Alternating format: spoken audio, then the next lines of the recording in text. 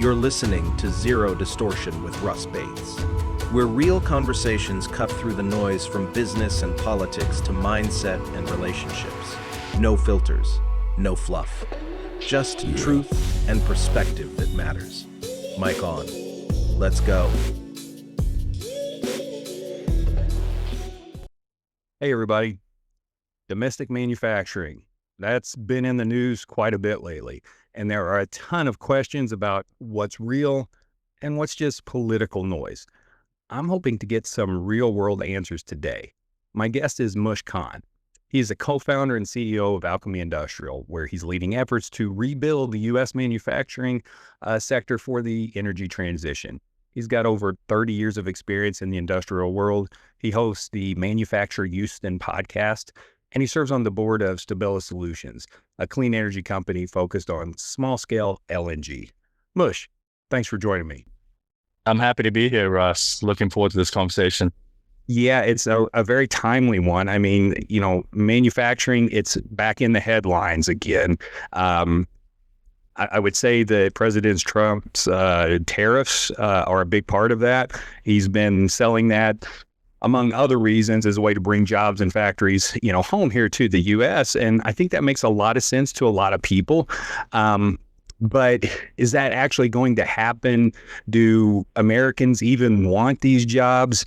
And if we did bring, production back, would it be more robots and automation doing the work than anything? So really hoping to cut through the spin and see what you think. Yeah. I guess let's just start with the tariffs. Do you see that as a way to really push reshoring, or is this more of a headline grabbing move in your mind? Yeah, great question, Russ. And it's so hard to figure out the impact of the tariffs because there's not a lot of, from my perspective, clear information on it. So there's a lot of wait and see, I think, that comes from tariffs. The way I'm trying to think about this, Russ, is to step back and look at a longer timeline. And I was actually doing some research a couple of weeks ago on what might be the origin date of this reshoring movement. And one of the things that I came up with is the impact, or the question, the impact that the 2008 financial crisis had on thinking in general. And so that obviously was a time where there was a lot of systemic failure happening throughout the country and the world related to financial networks. And I think that began this thought process of, okay, what kind of problems or weaknesses or risks do we have in our economy? So I contend that was sort of the beginning stages of thinking about this notion of systemic risk, supply chain risks, et cetera. And as we fast forward through the first Trump administration, which was also, I would say, more rhetoric, less action on reshoring, although I think some things happened. And then the Biden administration had, of course, the CHIPS Act and the Inflation Reduction Act. And that was more, I would say, carrot-based than stick-based, like tariffs seem to be. And now we have tariff action again from Trump with maybe a lot more action related to it. So the long arc seems to show that reshoring has been in the thought process for a while. I think it seems to be accelerating now, driven by, a couple of different things. It could be carrot or stick, but it seems like this reshoring wave is undeniable. Where it all lands, gosh, who knows, Russ? I mean, I think it's a lot tougher to tell, but I think it's a longer term trend. I think it's going to be bumpy, not easy, but ultimately, my view is if we land on critical things reshored, like power-related things, AI, medicine, basic materials, and other things, then I think that helps the country quite a bit.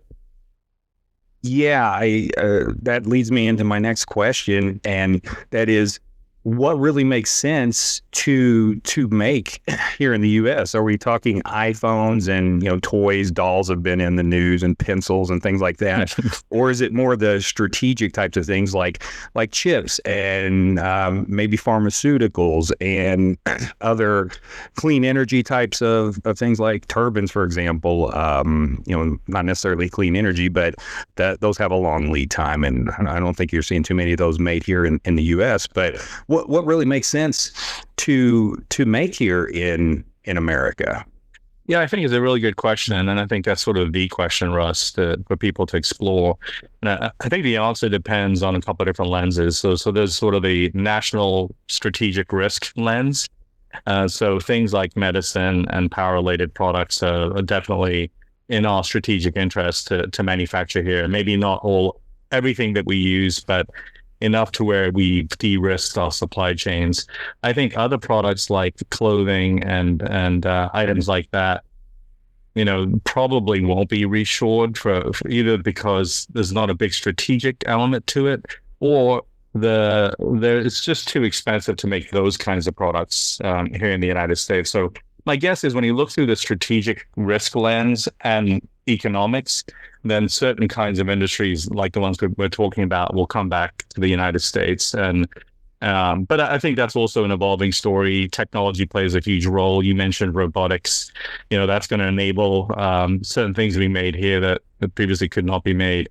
But I think when it all shakes out, we'll have reindustrialized critical industries, probably more complex, expensive products. That's my guess. Yeah, I think of an example like in Ohio, the Intel chip factory, right? I think it's $20 billion or some big number. That makes a lot of sense. That was a problem we saw during the pandemic, for example, right? Chips were a problem. So that makes a lot of sense. Pencils and Barbie dolls and all that, maybe that doesn't. So the other thought is you can't snap your fingers and have these manufacturing facilities up and running. I know like automakers I've heard a few say that you can retool some existing facilities that maybe were, I won't say offshore, but moved to Canada or Mexico.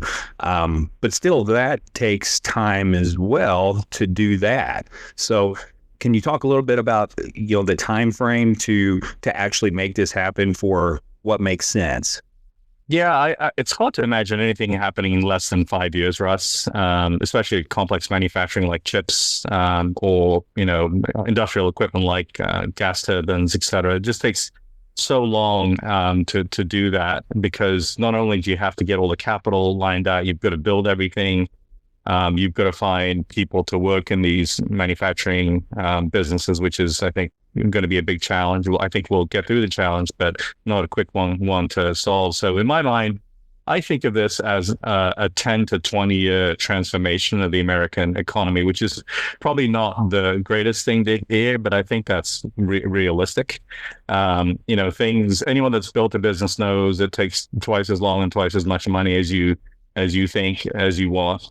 And especially when it comes to manufacturing, unlike non-manufacturing businesses like software, moving around atoms, it just takes a lot longer than writing lines of code. Not that writing lines of code is easy. It's not, but especially good code, but it just is going to take a while. So I hope I should say that the country thinks about this as a generational transformation versus in the next 18 months, we'll all of a sudden have all this manufacturing here. But this is when I go back to sort of thinking about the longer timeline. And in reality, we're into, I would say, a 5 to 10 year journey already in terms of just changing the conversation towards reshoring. And then, like we said earlier, policy action by Biden, tariff action by Trump. So this is all building on itself, but either way, I just don't think it's going to happen quickly. Yeah, I think it's a long-term type of thing. Everything wasn't offshored, in 18 months, and it can't come back that soon either. And I guess another question I would have for the things that do make sense to make here is that everything, or I still see import of some components, some of these inputs still happening. And how does that play in? Because that's part of the equation too, right? Yeah, I think so too. I mean, realistically, it's hard to make literally everything within a company or a state or a region or a country. It's very difficult to pull off because there are some places just that make a component a lot better than you can. And, you're best served to buy that from that area. Excuse me. I think that the question is, which components should be made here and which of them are critical. For example, I think one of the things that's not priced into the market yet is cybersecurity risk. And so if you think about all these components, let's say if you've got a steel enclosure around a battery energy storage system, okay, I don't really care where that's made, honestly, but the as long as it's competitive and it's good. But the power control system and the circuit board that manages it, I care a lot about where that's made, because of the potential cybersecurity risk. So I think it's a very nuanced approach. I think as a country love to hear sort of the sound bite approach to strategy, but it's as you know, Ross, it's rarely that simple. So I think we really have to think about what's important to us and begin to make those kinds of components here. Yeah. Again, it's kind of thinking it through and applying common sense and realizing that there's a lead time to all of this and to plan accordingly. Right. What's your thoughts on labor? I mean, one of the big things they're talking about is jobs, right? It's going to create these jobs. But I think like currently where we're at right now in the U.S., I'm understanding thousands of manufacturing jobs that are open right now, and Americans aren't really taking them. I mean, what are you seeing there with regards to jobs open right now that we're supposedly trying to create more of, and we can't fill the jobs that are already available today? Yeah, that's a tough one, Russ. I agree with you. There are people not taking jobs that are available today in manufacturing. There's also, by a number of different estimates, 5 or 6 or 7 million people who effectively left the job market, probably for a number of different reasons. So this whole issue of how do you find great talent to work in these businesses, it's a big challenge, but I also think there's a number of different businesses that a person could build to help solve those kinds of problems. I would also say that when you step back and look at what manufacturing employment used to be, it used to be much more of a stable job that included things like pensions or more of a career progression that you could count on as long as you did a good job. And we've lost that. We've lost this idea of, hey, longer term employment, and everything's become more transactional. And if you think about, let's say, a pipe fitter, my dad was a pipe fitter and worked as a pipe fitter for decades. And there were many, many times where he would come home and he would sit at the kitchen table and say he was laid off, more times than I could remember. And I remember that kind of the stress that put on the family, and my parents handled it incredibly well. But whenever you have that sort of dynamic of, I don't know if I'm going to lose my job, these jobs aren't very interesting to people. And so I think we've got to have a national conversation around how we pay people, how much we pay people, obviously, the kind of work that they do, how we treat manufacturing employees. These are all things that we've got to really understand in order to solve this employment problem, because this sort of transactional, you might get laid off any minute environment, it's not going to work. It's just not going to work. And it's not going to draw people in. Yeah, again, it goes to that long-term plan that you referenced earlier. So important, and I can totally relate to your dad as a pipe fitter. I'm an electrician by trade, so work through the union hall. Jobs would end, and you would get laid off, and that was just the nature of the beast. And it makes it a little bit stressful depending on what you're doing. So that's a big part of it, and that takes me to, I guess, another point of the skilled trades to not only build these facilities, which is going to be a big deal because we're lacking folks for that, but also the skilled folks to do the operation maintenance. I'll probably push more on maintenance of these lines as they're in. That's going to be a challenge. And to kind of couple onto your point of wages, these jobs have to be attractive, right?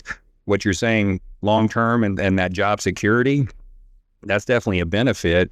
But is the pay going to line up? And here in the U.S., if it's going to cost more to manufacture, it's going to cost more to then sell to the consumer, whether it's Mhm. an iPhone or whether it's pharmaceuticals or whatever. So a lot of different things to factor in. What's your I threw a bunch at you, but what's Yeah, your that's thoughts good. on that? Yeah. Well, again, great questions, Ross. I think so let's tackle them one at a time. So the issue of training or skills development, again, we're going to have to build that back up in the country. Unfortunately, we've lost the sort of the apprenticeship mindset. And so yeah, someone could go to like a community college, but frankly, that's not working in the wild. You're an electrician, so I would imagine that you were in a position, I'm just guessing, where you were trained by Went through an making apprenticeship. things. Yeah, went through an 5-year apprenticeship through the IBEW. Yes. Yeah, so without those kinds of programs, it's hard to skills build in the trades, whether you're an electrician or a roboticist or carpenter. So you've got to have some kind of an apprenticeship mindset to rebuild those kinds of skills. I think in terms of the cost impact, that's a really good one to explore. So when I think about that, I think about how if you're making there's maybe 30 or 40% of the cost is driven by labor, maybe more than that. If you're making a semiconductor, it might be less than 10%. And so because if that's more capital intensive, more equipment intensive, robot intensive. So I think for those sort of more complex types of products like the ones we've been talking about, labor is probably not going to be as big as an impact, but labor productivity, labor skills, effectiveness, those are much bigger drivers of costs than just sort of the flat labor rate. And I think Americans have an opportunity to thrive. We're still very, very productive as a country, very productive, even though it's easy to criticize sort of the meme of the American worker. The fact of the matter is there's a lot of great people in this country who know how to work hard. And so I think we have the raw materials to sort of rebuild a workforce to be very productive, making products where the flat labor cost is not as impactful on the final cost of the product. Yeah, I agree. I think that makes a big difference. And I absolutely agree. Americans, there are some hardworking folks, right? No matter what part of the country you go to, there's people that work really, really hard. I guess my question would be, is this something that they want to work hard to do? I remember some statistic that like 80% of Americans agree that there needs to be more factory jobs, but only a quarter of that say that they would want to do it, right? Yeah. So, yeah, it's strange though. Yeah, those kinds of statistics always make me chuckle because there's a lot of truth to that, because maybe it's not psychology around, it's a problem, but please someone else solve it for me. Yeah, it's got to be. It's hard to be. Yeah, it's got to be attractive and something that the folks want to do, and that's a tough one. And that kind of leads me into my next question, the reality of this. So even if we do reshore production, how much of that is going to be automated? How much is actually going to be robots? I think I read somewhere BMW, are they piloting like humanoid robots to be kind of on the line? I think so. Yeah, I know Tesla is doing the same thing in their factories. Yeah. A few others, I think, are doing that. Yeah, I think a lot of it's going to be, excuse me, a lot of it's going to be, I think, automated. The question is this level of automation going to free humans up to do things that humans can uniquely do? I think there are plenty of examples where that happens. There's also examples where it doesn't happen. And so I think that's the fundamental question. And it's still a question for me, Russ. I'm not sure if humans liberated from dull, dirty, dangerous work will then do other things. Hard to tell. That's sort of the hopeful view. I'm leaning towards that happening, but we've got a long way to go before we can sort of realize the additional gains from automation. One example that I'd give you is let's say if we could magically reduce the cost of electricity down to a penny per kilowatt hour. Well, there'd be a lot of industries created because of that. We do a lot more things that we couldn't do because electricity was at 15 cents a kilowatt hour or whatever it is, depending on where you live.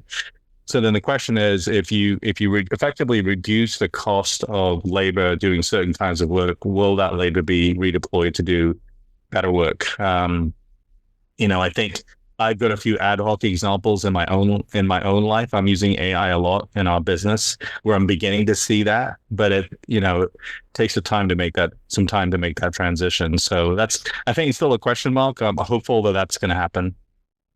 Yeah, I think back to whenever I was an electrician apprentice back in southern Indiana, where I'm from.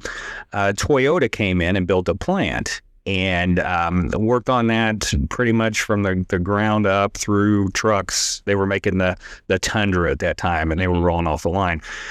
And I think it was, they called it the weld shop. I can't remember the building number, but anyway, it was all robot arms doing all these welds, right? You didn't really see anybody. And this was the late 90s. I remember people were talking about, wow, think of all the jobs that have disappeared because it's not people actually out there doing those welds. That was like 1998, 1999, so I'm dating myself on my age. But that was a long time ago, and it just has to continue to be more and more of that. I don't know how automated that plant is today. I've not been in there in many years, but I would assume that it's going to continue, and any new plant would probably grow the same way and be built that way.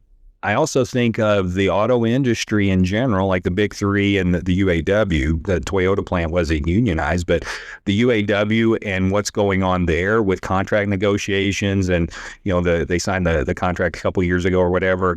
One of my first thoughts whenever I heard what that contract was, I'm not saying it wasn't fair.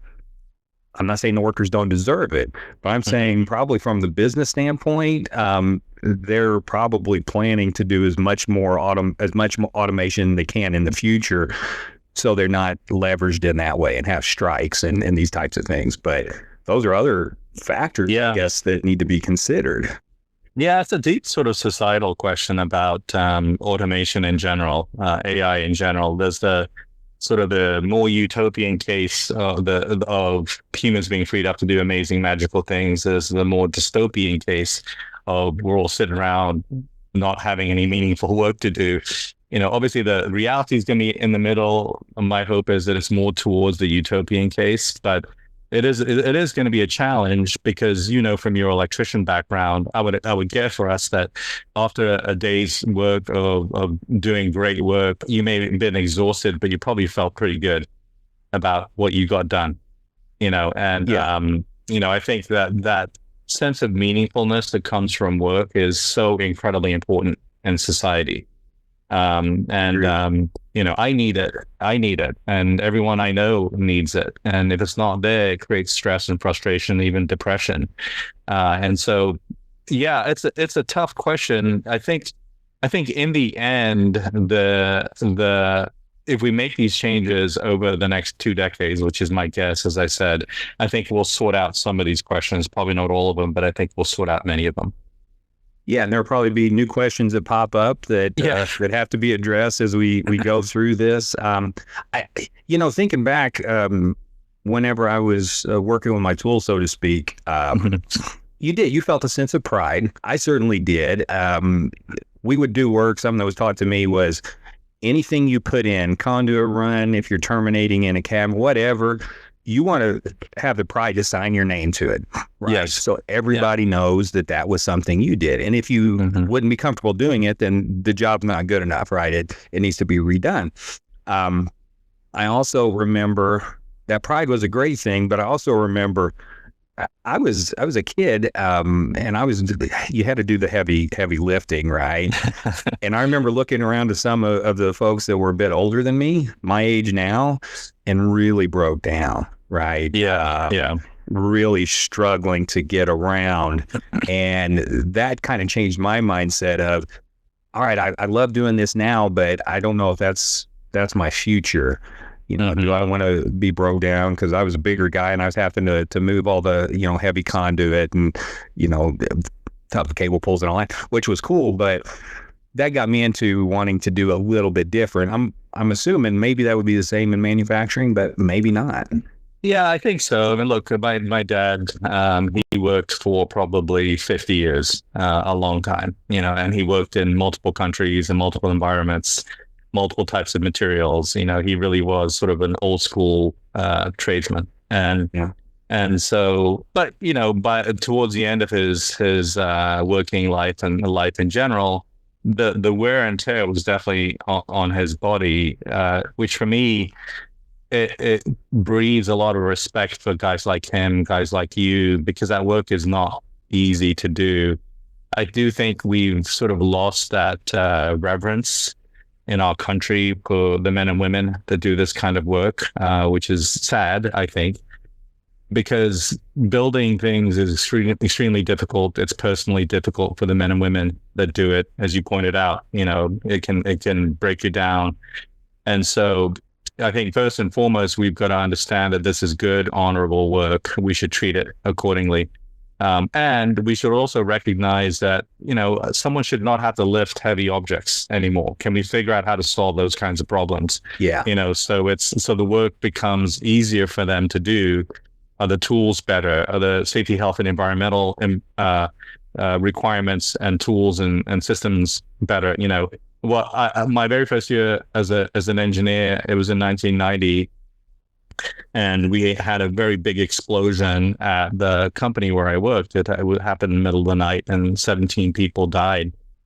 And that fundamentally changed the safety culture within the company. It was very sad that it took that to make it happen. But if we're going to rebuild, we should rebuild a different kind of company where men and women, like the ones you and I know and have known, are safer. They're not under as much physical pressure to do work. They're treated differently from a comp standpoint, and that they can work for 30 years or 40 years if they choose to, and help rebuild America. I mean, I think it's such an incredible opportunity for us if we can grab this opportunity the right way.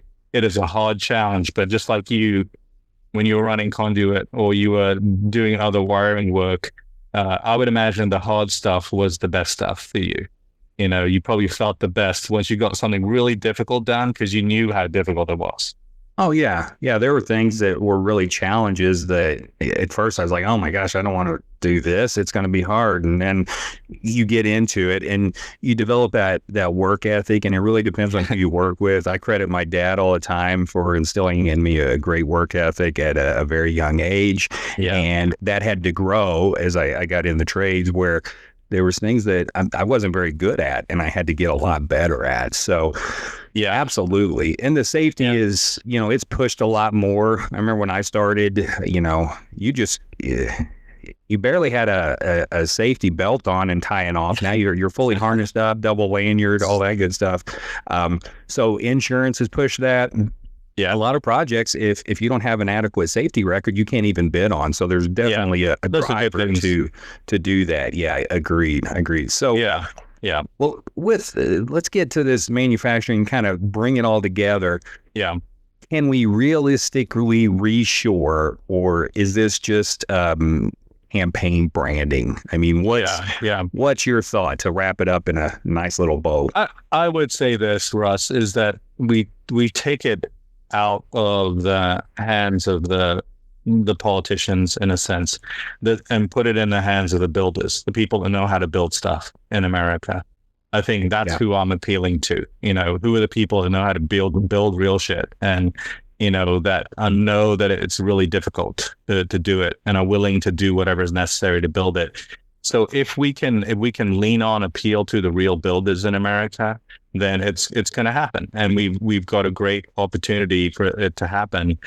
I think the politics always frustrates me so much because it distracts us from perhaps what is necessary. And I think what is necessary is that certain things have to be made here in the United States that benefit this country. Again, if it's a hoodie, I don't really care. If it's a semiconductor, I care a lot, or if it's medicine, I care a lot, or any power-related component, I care a lot. And so my hope is that the builders of America are the ones that rally to this cause, because they will figure it out. Just like when you were running conduit, some dopey head engineer may have drawn something poorly like me, but you figured it out. You were able to navigate reality to get the conduit from point A to point B in the best way possible. And so my hope lies in people like that who know how to build things. And if we invest in people like that, then we'll take on this challenge and it's going to work. And I think it's going to be great. So that's my hope. Yeah, I 100% agree with you. I'm thinking back to, I worked with some really great engineers and still do today. I'm thinking back whenever I was out there actually doing the work itself, and remember having to, I won't say I had to, I got the opportunity to work directly with them and say, hey, if we did this and this, then that would help this, and it'd save some money, and it'd help with the schedule. And they were very receptive. I think the approach matters, but yeah. To your point, collaborating with the people that are actually doing the building and getting their input, it makes so much difference. So I think that's spot on. I think some of this is sort of organizational thinking too, Russ. I think we've done a disservice by separating engineering teams from manufacturing teams. I think it's much better to have them embedded with each other. It should be a team building a product or delivering a solution, whatever that might be. And that way, I think the process is much better if we bring everybody together, which, by the way, is not a new idea. That's a very old idea, that designers, engineers, manufacturers, they're all eating the same cooking, so to speak. And I think if we can rethink the way that we approach this, the chances of success are actually quite high. I was not born in America. I came here when I was in the 9th grade. I became a citizen about 20 years ago. So it's my country. I'm always going to be bullish on America, despite all of our many problems that we have. We got plenty of them. But what we have more of is incredible people. And that's my hope, is that we'll find a way through this with all the great people that we have. Yeah, I definitely feel there's a path forward. There's going to be speed bumps. There's going to be big potholes, right? There's going to be a bridge out every once in a while, but we'll figure a way around it. So we will. That's right. Mush, I want to thank you so much for your time. And where can people follow your work or get in touch? Yeah, so LinkedIn is probably the best way to reach me, Russ, Mush Khan, Mushkhan. So direct message me. I love to hear from people that are building things. It doesn't have to be something related to what we're doing. It doesn't have to be a customer or supplier of ours, but I'm just totally enthralled with anyone that's taking this journey to build a real business, making real things. And so if you ever want to chat, please reach out to me on LinkedIn. We'll jump on the phone. We'll cry in our beer if we need to, but then we'll get back to work. Awesome. Mush Khan, thank you so much for your time. We really appreciate it. Thank you, Russ. I appreciate it.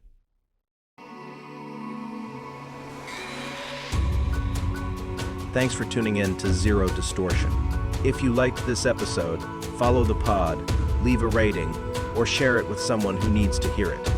You'll find us on YouTube, Spotify, Apple Podcasts, and more. Stay curious, stay open, and until next time, keep cutting through the noise.